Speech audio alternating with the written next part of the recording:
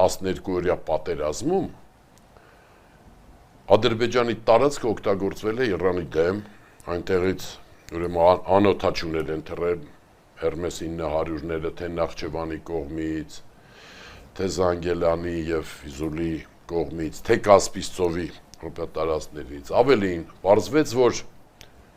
Իրանում գտան, սակարկանում եմ, իսրայելական կործանիչի լրացուցիչ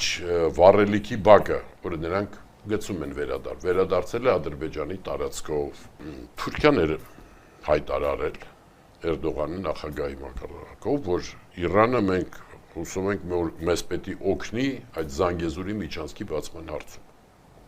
Հիմա Իրանը փոխել է իր մոտեցումները։ Այս հայտարարությունում պարզվում է, որ ոչ, եւ արդեն այսօր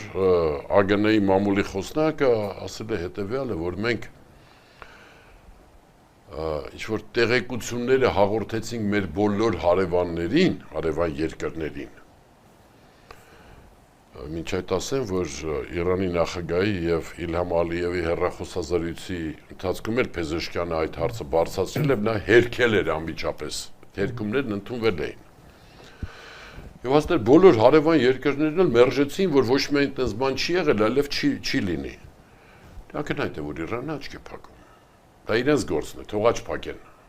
Թող ասեն չենք տեսել, որ Ադրբեջանից մեր վրա հարձակումներ են եղել, որ Իսրայելի կործանիչները օգտագործել են այդ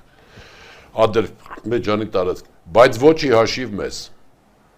Ոչ ի հաշիվ միանալու Ադրբեջանի, կներեք, ահաբեկչական պահանջներին։